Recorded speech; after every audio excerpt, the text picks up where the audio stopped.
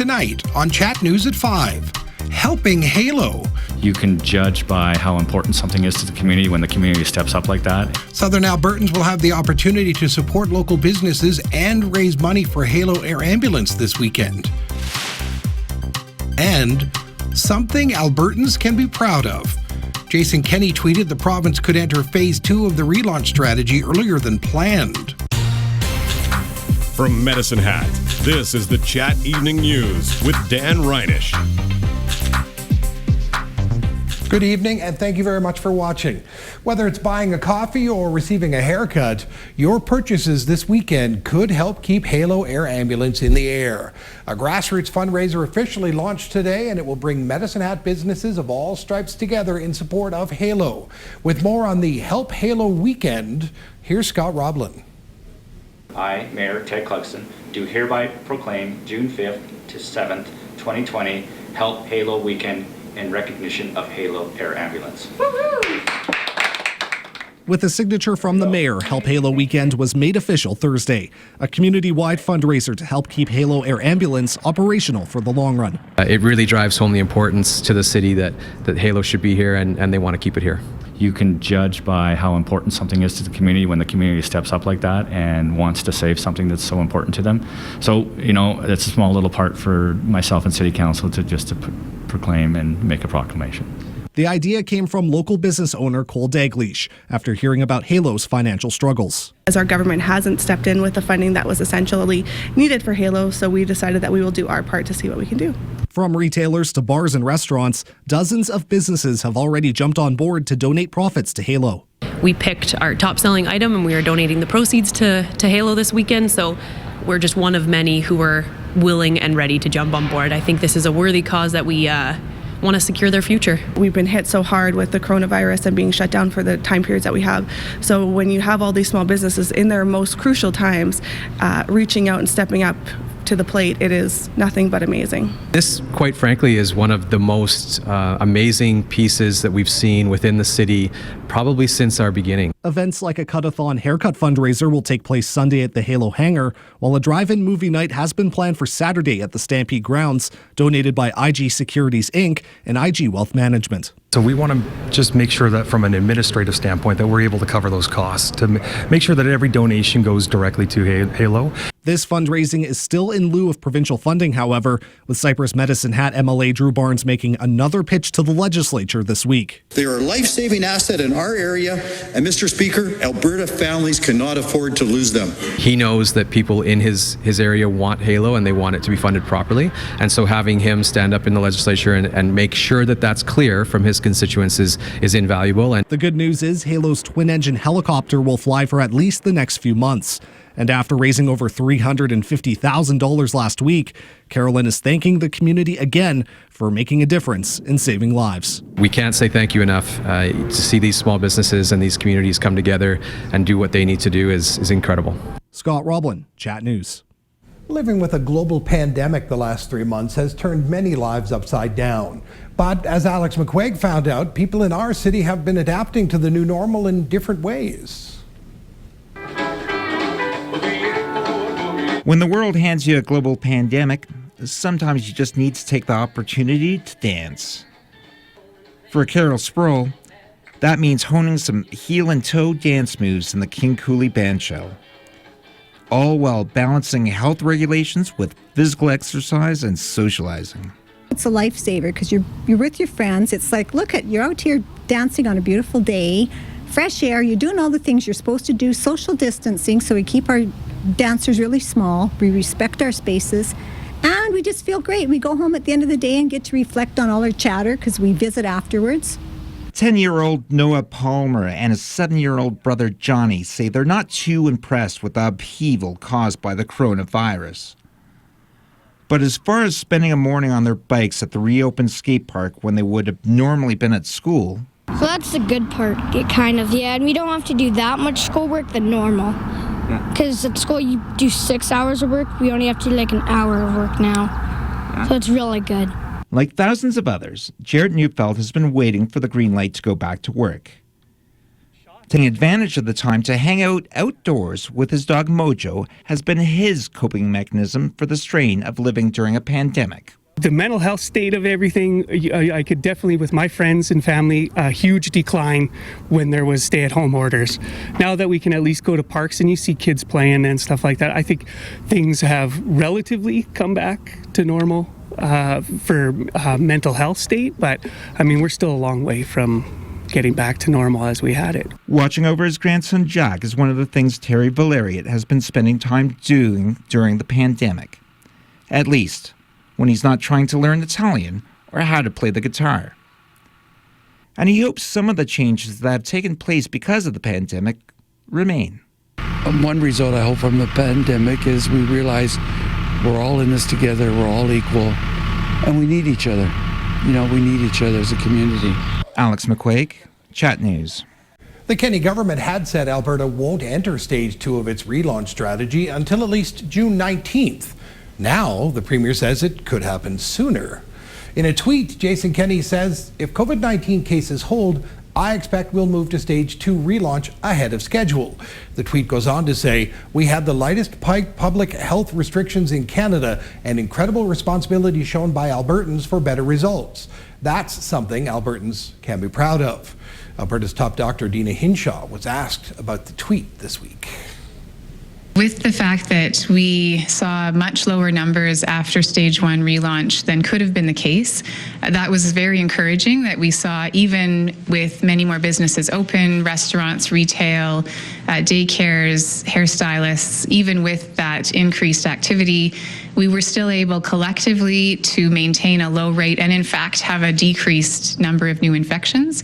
So with those really encouraging numbers, my team and I did take forward some considerations for perhaps moving the stage 2 of relaunch a little bit earlier. In Alberta today, there were 15 new COVID-19 cases and 1 additional death reported. 334 cases remain active. Of those, Brooks now has 3 active cases and there are 5 in Medicine Hat. No new cases were confirmed in either community today.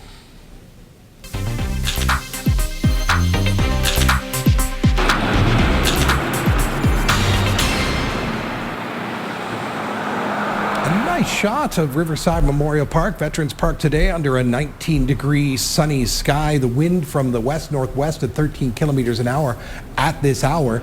We are heading toward a weekend of which the conditions are starting to solidify.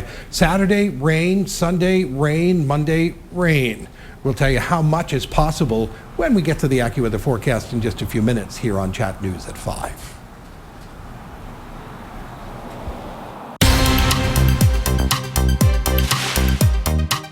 Straight ahead, a popular local bakery is opening a second location.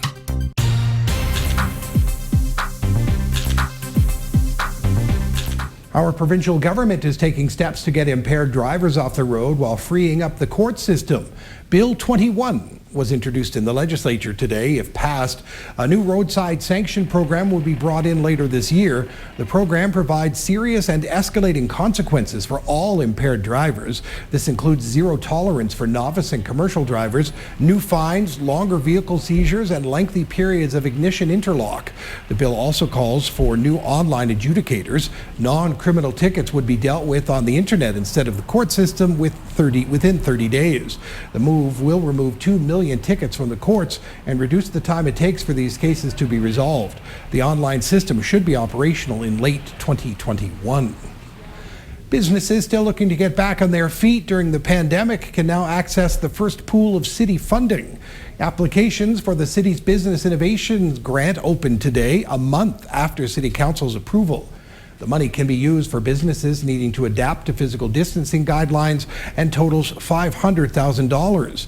Community Futures Entrecorp will be facilitating phase 1 of the launch, and Mayor Ted Clugston says it's being given out on a first-come, first-served basis. Our measure of success on this is that it's all gone tomorrow, frankly, and that we have to put more into it. So that is our measure of success. So we're hoping very quickly we'll judge. Maybe if we made the criteria too strict and it's not moving quickly and nobody's applying, we'll maybe broaden it a little bit. Clarkson emphasizes businesses apply directly through Community Futures to receive the funding. A link can be found online on our website at chatnewstoday.ca. A Redcliffe staple will be expanding their location south of the highway this summer. Redcliffe Bakery is opening a new location in Medicine Hat. Owner Melissa Graber says they were toying with the idea of a second location for the last couple of years. She says their Redcliffe location will still be open as usual, and they will continue to bake in that building with the equipment already in place. The bread and treats will then be taken to the Medicine Hat location. Graber says they will unveil the opening day and the location of the city spot in the next few weeks. Both locations I think will be really popular. We actually did a few months ago, we did a little poll actually to see where people came from in Medicine Hat as well as in Redcliffe and other locations around. And we found that a lot of our clientele is Redcliffe, with some coming from Medicine Hat as well. So obviously we'll keep our Redcliffe clientele out in this location. Graber says the new location will have a larger sitting area than the one in Redcliffe, and even with the 50% capacity rule during this time, they will be able to have guests eat inside. Redcliffe Bakery has been open during the pandemic doing takeout orders. Time for a break here on Chat News at 5 o'clock. Much more to come here on our show, and the AccuWeather forecast is coming up along with this story when we come back.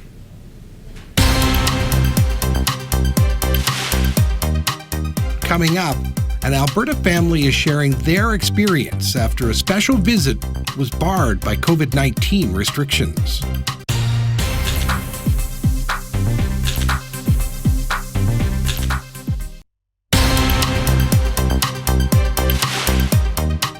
Amazing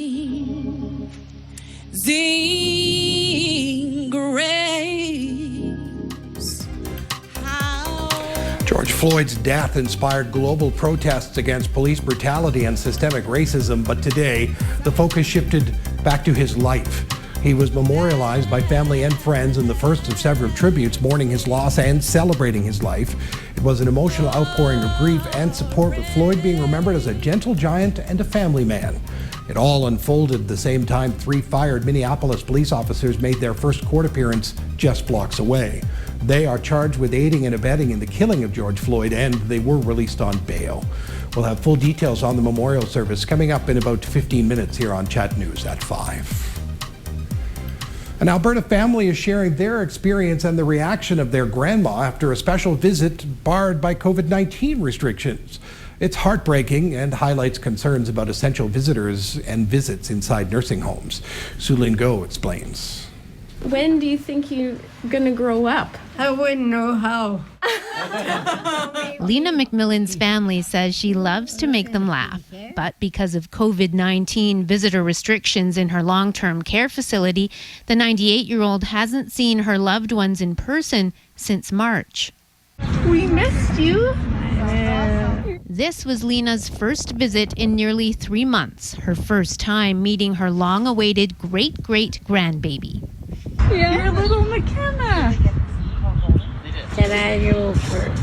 We knew that she didn't quite understand why she couldn't hug her new great-great-grandchild, why she couldn't come over to us and be close. And that was heartbreaking.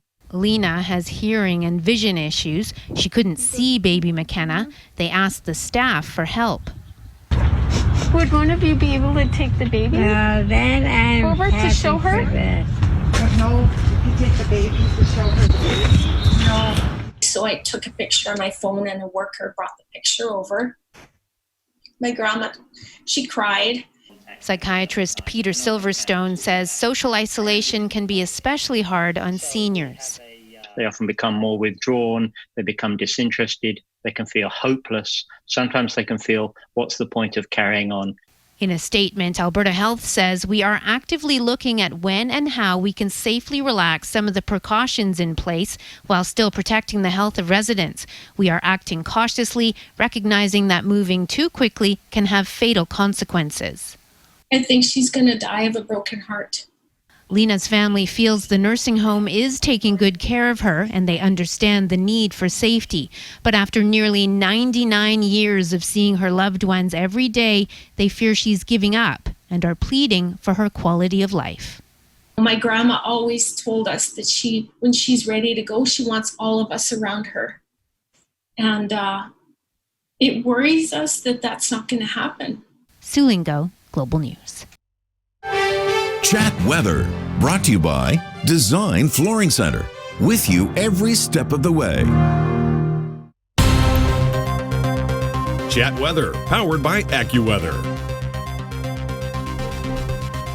We continue to push toward a weekend that is going to see a lot of active weather come to Alberta, not specifically all of it straight to Medicine Hat, but places around us are really going to get drenched this weekend, and the risk of thunderstorms that will exist as temperatures go from warm to cooler could end up giving a lot more rain to those places. Here in Medicine Hat, we do have the potential pre-thunderstorm, the potential right now to have up to 34 millimeters of rain fall between Friday night and Monday afternoon. But we'll have to see how the system specifically pushes through and affects our area. Right now, I know what we're looking toward, but again, the system has been in motion most of the week, so it could change.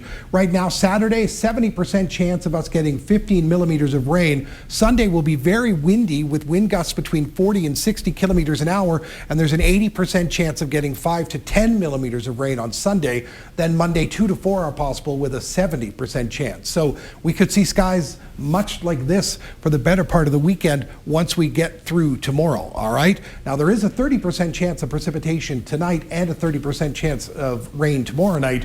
Today we got to 19, no rain, mostly cloudy in Medicine Hat today, and the wind fairly light, under 20 kilometers an hour, around 15 for the most part. Northwesterly wind pushing cold air up. As I mentioned, those winds will pick up on the weekend, fairly sustained tomorrow and Saturday between 20 and maybe 30, but between 40 and 60 on Sunday with all that rain coming our way. In the rest of our province today, 19 in Bow Island, Lethbridge and Drumheller, mainly sunny in Drumheller and Bow Island. Lethbridge cloudy today. 17 in Brooks under a mainly sunny sky at this hour. 14 and mainly sunny in Edmonton and Calgary, mainly sunny in 15. Saskatchewan, Saskatoon, cloud all day. The cloud hit leader as well. 14 in Saskatoon right now. Leader in Maple Creek cloudy at 18. 19 and a mix of sun and cloud in Swift Current. And Regina, mainly sunny and 20. There's the clouds in Saskatoon. They could potentially see some heavy rains hitting tonight. Specifically, this is what we're looking at for the next couple of days across Alberta as we go into the 48-hour forecast. It's all being guided by a low pressure system in the north of BC that's going to push into Alberta, and another low pressure system that's putting itself together in the Pacific Northwest. The two of them will move up toward us, and all of that is going to put rain, at times heavy, and the risk of thunderstorms in most of Alberta for the entire weekend. On the other side of that, high pressure, all of that is not going to mix together to make anything nice for Alberta. All right, here in Medicine Hat, you've heard the numbers, you know what's coming our way. That's Friday night into the weekend. The day will start tomorrow mainly sunny in Brooks before the cloud rolls in. Leader, you'll see more sunshine tomorrow, but then the system will push itself toward you Saturday into Sunday. Maple Creek, same for you as well. 23 degrees and mainly sunny tomorrow. In Medicine Hat, 20 degrees until the cloud starts to roll in, then it warms up to 23. Some hazy sunshine during the day before the cloud pulls in. Now, none of this at this point is expected to be dangerous, but still watch the sky and take care out there. And if you have a camera, feel free to snap some photos for us, whether it's weather related or just a lovely picture of some geese enjoying the pond on the golf course.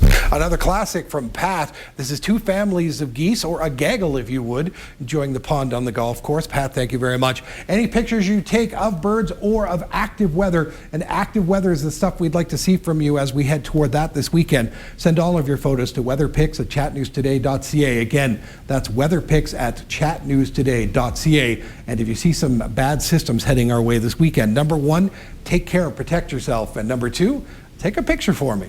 weatherpics@chatnewstoday.ca. That is our forecast. We have more news coming up here on Chat News at 5 in just a couple of minutes. Still to come, after days of protests about the death of George Floyd, today the focus shifted back to his life.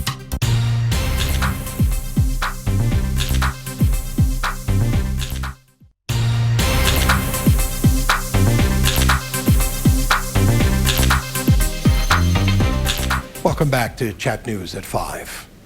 His death inspired global protests against police brutality and systemic racism, but today the focus shifted back to the life of George Floyd. He was memorialized by family and friends in Minneapolis in the first of several tributes mourning his loss and celebrating his life. Amazing grace, how sweet. It was an emotional outpouring of grief, with support with Floyd being remembered as a gentle man and a family man. It all unfolded at the same time. 3 fired Minneapolis police officers made their first court appearance just blocks away, charged with aiding and abetting in the killing of George Floyd. A judge set bail at $750,000 apiece. While the officers involved are all facing charges, there are questions about whether his death and the outrage on the streets will result in real change. Jackson Prosco reports. This moment of change is being felt across every corner of the U.S. We come today. Inside the Capitol building, senators stood or took a knee for 8 minutes and 46 seconds of silence. The length of time George Floyd was pinned to the ground. In Richmond, Virginia, once the center of the American slave trade, the governor ordered the removal of a 130-year-old statue of Confederate General Robert E. Lee. We feel like it is time for us to shine and time for us to do our part. Black Lives Matter. Those monumental shifts come as 3 former Minneapolis police officers made their first court appearance, charged with aiding and abetting Floyd's murder. The 4th officer involved, Derek Chauvin, the one who put his knee on Floyd's neck, is charged with second-degree murder. Inside the increasingly fortified White House, dissent is building over the president's heavy-handed approach to a nation on the march, defended Thursday by the Attorney General. At some demonstrations, there are extremist agitators who are hijacking the protests to pursue their own separate and violent agenda. Trump's former defense secretary, James Mattis, published a scathing rebuke, accusing the president of purposely dividing America and raising concerns about the use of troops to police American citizens. For him to speak out and make clear what the responsibility of leadership is all about, I think was very important for the military and for the country. The marches themselves have reached a critical juncture, with no clear sense of where they'll head next. In Washington, a night of peaceful protest resulted in huge crowds and no arrests. In New York, police used force against demonstrators who defied curfew. In New Orleans, marchers were tear-gassed as they tried to cross a bridge. Across the country, there's a sense that the next steps and coming days will cement this moment in American history. Jackson Prosco, Global News, Washington. The worldwide protests arrived in Lethbridge this afternoon. A peaceful rally took place outside City Hall. Here in Medicine Hat, a protest supporting the Black Lives Matter movement will be held tomorrow. It will take place at 4 o'clock outside of City Hall and is aimed at, quote, protesting in honor of George Floyd and the thousands killed by police brutality. There will also be a protest in Brooks on Sunday. That event is scheduled to start at 1 o'clock. An Edmonton man who was taken to the ground and had his neck pinned under a police officer's knee 2 years ago is speaking out, saying similar incidents of police brutality do happen here in Canada. Stop resisting and get This video, shot in Edmonton of July of 2018, but only made public by the man's wife this week after the death of George Floyd in police custody, brought back bad memories. It's very brief in nature, and what was released may not capture the activity prior to the video that was posted. What we believe to have occurred is that the positioning of the leg or the across the subject's head was not any longer than about 40 seconds. There continues to be loud calls across Canada to end racism and equality. Here's Abigail Beeman with this story. Warren Clark is studying the experiences of young black men in employment training programs for his PhD. He hears about racism a lot, and he also lives with it. It happens regularly enough where it's disgusting. And, I'll give an example. Since I moved to Ottawa, I've been pulled over by police more than 20 times, easily. Clark says in order to see systemic change, we need to first acknowledge the system. Everything we do, what we learn through education, how we behave is through whiteness. Ralston King is the first Black city councillor in Ottawa, elected only last year. It's going to take a long period of time to address it. But the key is ensuring that we start to address it and we start to really build the tools that can address racism within our institutions. One of those tools, the City of Ottawa's Anti-Racism Secretariat, focused on equality, everything from health to housing to employment. The federal government launched a similar one in 2019. This week, the federal New Democrat leader made specific calls for more action, an end to over-incarceration of Black and Indigenous people, and an end to racial profiling.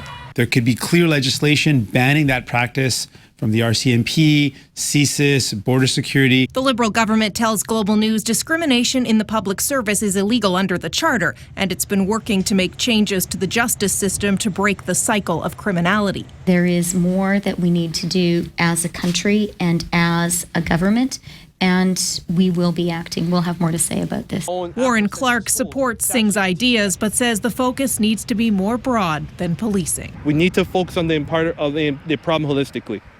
Abigail Beeman, Global News, Ottawa. Still to come here on Chat News at 5, an update on the case of the shooting in Nova Scotia 2 months ago. That and more straight ahead.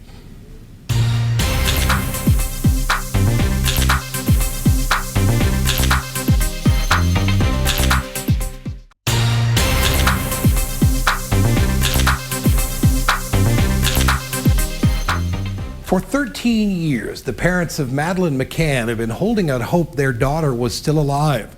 Madeleine was a toddler when she vanished from her bedroom in Portugal while on vacation with her family. Her disappearance has been a huge mystery until now. Ian Lee has more from London. One of the final pictures of Madeleine McCann. Her cold case turned hot this week after investigators say a German inmate is the lead suspect in the 3-year-old's disappearance. For the inquiry and the investigation team, this is a significant development.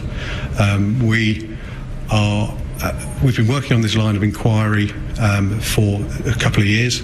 The 43-year-old male suspect is currently serving time in prison for sexual contact with underage girls, and German media reports the rape of an American tourist in 2005. And the message really is associated with the fact he is currently in prison, and this might be a good time, this is a good time to come forward and talk to whether it's the UK police, whether it's the German police or the Portuguese police.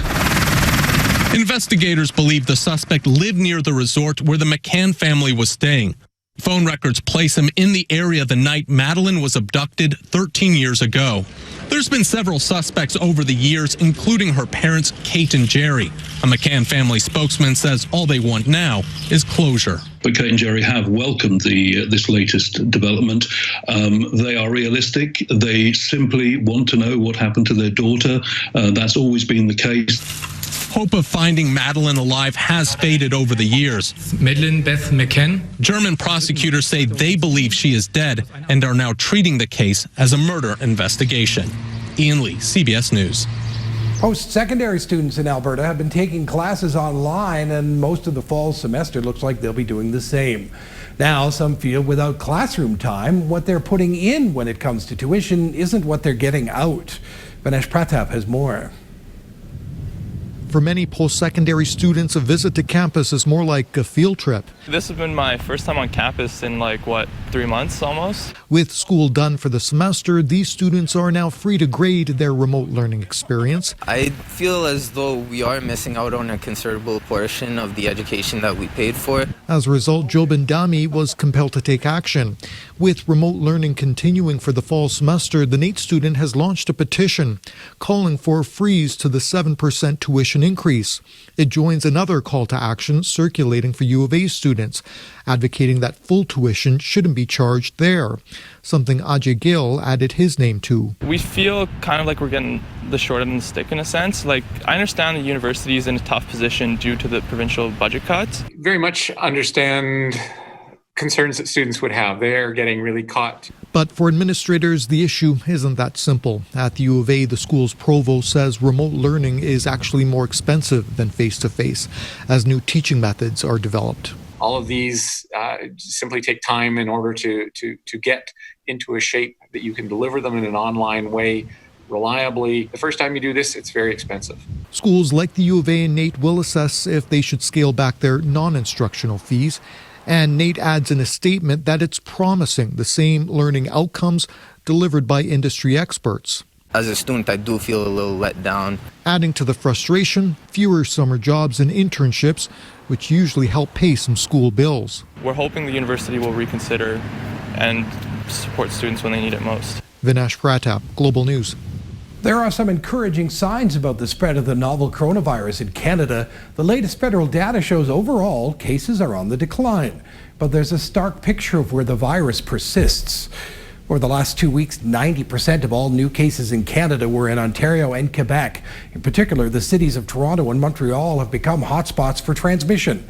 Other provinces have seen a drop in infections. Canada's public health officer warns that does not mean now is the time for anyone to ease up on physical distancing. These models all tell us that if we relax too much or too soon, the epidemic will most likely rebound with explosive growth as a distinct possibility. The federal government is projecting that by June 15th, up to 9,400 people in Canada could have died of COVID-19. A major study that had cast doubt on the safety of using hydroxychloroquine to treat COVID-19 patients and halted global trials of the drug has now been retracted. U.S. President Donald Trump was among those who backed the drug before any high-quality trial evidence had been published. Heather Urix-West reports. When The Lancet published a study in late May linking hydroxychloroquine with an increased risk of death for COVID-19 patients, scientists around the world took notice. It caused people to stop doing what they're doing in terms of high-quality science and to pause, to delay the high-quality science in order to try to sort out whether this initial paper was accurate or inaccurate. The observational study was the largest on the subject to date, but now 3 of the study's authors say the patient data compiled by Surgisphere Corporation could not be independently verified. We deeply apologize to you, the editors, and the journal readership for any embarrassment or inconvenience that this may have caused. It's really unfortunate for science. Dr. Michael Hill is the co-lead of the Alberta Hope Trial, a hydroxychloroquine study that was suspended because of the research published in The Lancet. Our safety committee has reviewed everything and said that, look, you know, the trial looks totally safe and there's no adverse effects with, major adverse effects with hydroxychloroquine. But the delay has been costly for the study. In the time since the Alberta research was suspended, COVID-19 cases in that province have dropped. Researchers aren't sure if the Alberta Hope trial will resume at all. On Wednesday, the World Health Organization announced its international clinical trial on the drug had been cleared to resume. The demand for fast science has led to an unprecedented amount of collaboration among scientists worldwide. But accuracy isn't something that can be sacrificed. There has to be some evidence of transparency and learning from this so that mistakes like this aren't made in the future. Because the stakes at this point are high, with both public health and public trust on the line. Heather Urix-West, Global News, Calgary. The gunman who killed 22 people in one of Canada's worst mass shootings had acquired the weapons illegally. He had 5 weapons in his possession. 4 had been obtained in the U.S. and Canada. The 5th had been taken from Constable Heidi Stevenson, who was shot dead trying to stop the man. As Ross Lord reports, investigators say the full details into the attack may never be known. It's become clear RCMP thought they had the killer contained twice. Once at the scene of the first murders and fires in Portapic, and again in the community of Glenholm early the next morning. We actually missed that gunman by minutes. The gunman went on to kill 5 more people before police killed him. Since the RCMP's previous briefing more than a month ago, there have been several allegations police were tipped off about the gunman years earlier, including information he wanted to kill a cop and that he was a domestic abuser with an illegal weapons collection. And I called the RCMP.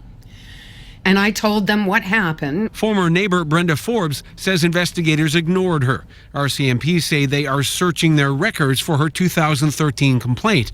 A 2011 bulletin shared widely among police agencies suggested the gunman was a mentally unstable threat. Investigators say an officer visited the gunman several times. However, he didn't see anything that would have caused him any concern or allowed him to take any further action. The bulletin was destroyed automatically 2 years later. Investigators say a psychological autopsy suggests the killer was an injustice collector who held on to conflicts, turning them inward until boiling over in rage. They say his actions might never be understood. Ross Lord, Global News, Halifax. When we come back, we'll recap today's top stories from Chat News. Plus, a 90-year-old man graduates college, a 101-year-old raises money for charity, and a 10-year-old girl's singing will blow your mind. Those stories and the NBA is getting ready to come back when we return.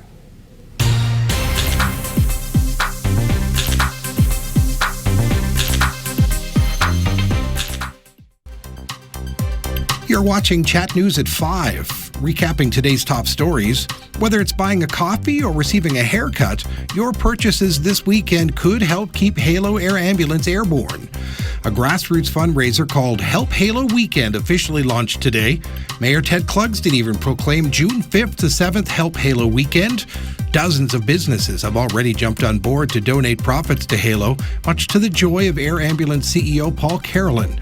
A cut-a-thon haircut fundraiser will even take place Sunday at the Halo hangar, while a drive-in movie night has been planned for Saturday on the Stampede grounds. The Jason Kenney government has said Alberta won't enter Stage 2 of its relaunch strategy until at least June 19th. Now, the Premier says it could happen sooner. In a tweet, Jason Kenney says, if COVID-19 cases hold, I expect we'll move to Stage 2 relaunch ahead of schedule. The tweet goes on to say, we had the lightest public health restrictions in Canada and incredible responsibility shown by Albertans for better results. That's something Albertans can be proud of. For more on these and other stories, visit chatnewstoday.ca. Hey, here now is my friend Michael Core to let us know what's up in the hat this weekend. Michael. Dan, thank you very much. Here are a few things going around Medicine Hat. Friday, the BU Center will be holding a drive-by high starting at 12 noon. BU Youth Center staff will be driving by the homes of 10 youths for some social distancing catching up. The visits last approximately 15 minutes, and you can sign up by commenting on a picture or video of your favorite BU Youth Center activity. There will be opportunities for more future drive-by highs, so sign up when you can. The Alberta Seniors Week Watch Party is also on Friday. This free online event is being hosted by Third Action Film Festival. The event will feature a viewing of the documentary film The Great Disconnect and a discussion on Zoom starting at 7:30 p.m. Register at eventbrite.ca to receive a link to the film at 6 p.m. On Sunday, you can take part in the Kidney Walk the Block virtual event. It's from 11 a.m. to 1 p.m. The Kidney Walk is to help raise funds and awareness for the Kidney Foundation of Canada. Register for free at kidneywalk.ca. Adults are asked to set a goal of $100 to raise. Then walk your block or near your home to help raise awareness. If you have an event you'd like to feature on What's Up, please email us at chatnews@jpbg.ca. Back to you, Dan. Thanks, Mike. Hey, I don't know if you remember this or not, but it was 13 weeks ago today that the sports world stopped. And news on this Thursday comes now that the NBA could soon be back in action. The league's Board of Governors has approved a plan to get teams on the court at the end of next month. But as Eric Sorensen explains, at the moment, many NBA players have much more on their minds than basketball. This is where the NBA hopes to crown a champion in 2020, Disney World in Florida. One location to isolate the league from COVID-19. The players and team personnel will go through health protocols to get basketball back on the court.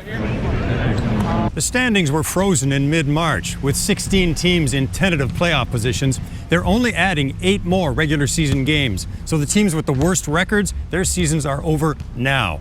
6 other teams will have a chance to fight their way into the playoffs. The Toronto Raptors, with the 3rd best record in the NBA, are guaranteed a playoff spot. It's a big step for sports during this pandemic. But for many in the NBA, there is something bigger than basketball right now. The death of George Floyd hit painfully close to home for many players. They know firsthand the racial injustice that has sparked demonstrations across America. I got a grandfather that marched next to Dr. King in the 60s. Remembering history, Malcolm Brogdon marched with protesters. So did Jaylen Brown and Steph Curry. All recognize that time has not brought equal justice for African Americans. We're talking about hundreds of years of pain and suffering for an entire culture of people. Two of basketball's greatest, LeBron James, reposted from 2014 with the T-shirt, "I Can't Breathe."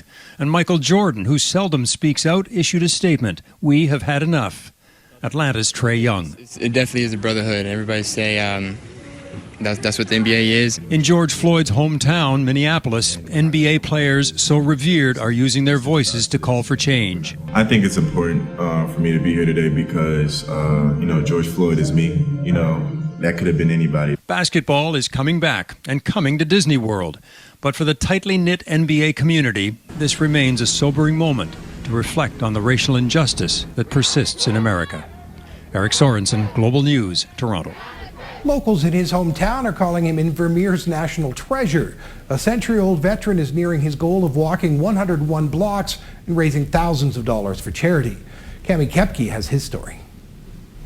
At 101 years old, Jim Ashworth isn't content with sitting around. Because of this virus and everything else that's happened, everything's changed. And people have got to get together, and that's exactly what we're doing. The Invermere, BC veteran is closing in on his goal of walking 101 blocks for local charities. The idea came to Ashworth 3 weeks ago after seeing similar movements take off among veterans in England and Vancouver Island. And while he's never met them, something they have in common struck a chord.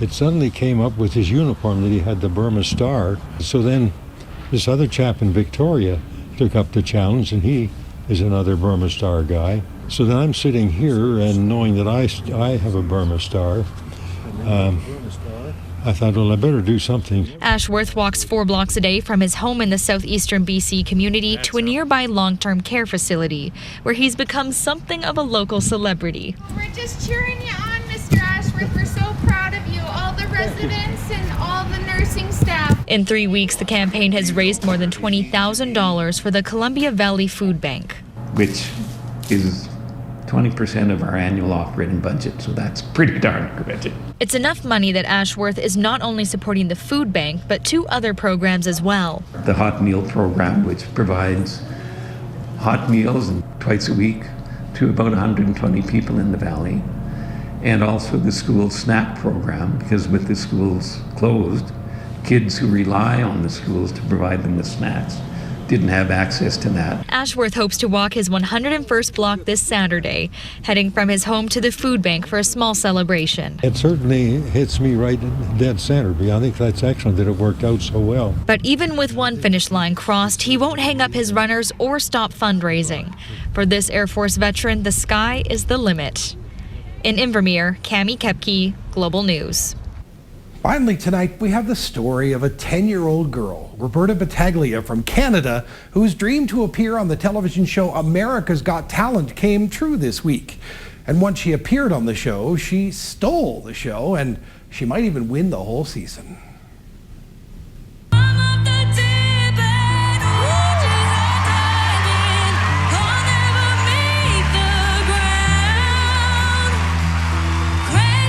Wow, huh? There she was Tuesday night on the episode of the much-beloved show. Roberta dazzled the celebrity judges with a performance of the Academy Award-winning song, Shallow. She not only received tremendous praise from celebrity judges Howie Mandel, Heidi Klum, and Simon Cowell, but Modern Family star Sofia Vergara rewarded the young contestant with a pass to the live rounds of season 15 with the golden buzzer and the golden confetti. Now, the golden buzzer, if you don't watch the show, can only be pressed by each judge once per season. Now, Roberta's made it through the auditions, and the live shows resume again June 23rd, and you can follow Roberta's progress and watch America's Got Talent. It airs Tuesday nights right here on Chat Television. Good for her. The young lady talked about being bullied by people and how they probably won't bully her anymore. It's an amazing story. Amazing, not the word I'm going to use to describe this weekend's weather forecast. The 7-day forecast will give us an example of what's to come. Now, we're expecting a 30% chance of precipitation tonight and tomorrow night as well, as the sky starts to turn cloudy. Saturday, there's a 70% chance of rain here in Medicine Hat and area, and we could see heavy periods of rain with 15 millimeters on Saturday. There's a chance of another 5 to 10 millimeters on Sunday, and with temperatures cooling down between Saturday and Sunday, there's the risk of a thunderstorm as well. And then there's more rain in the forecast for Monday before the sun comes back and things rebound on Tuesday through the end of next week. So it is looking like it's going to be a rainy weekend, but we'll have sunshine when we're back with you tomorrow here on Chat News at noon and at 5 o'clock. Tonight, thank you for choosing Chat. We appreciate you watching our show, and we'll see you tomorrow. Enjoy your Thursday evening.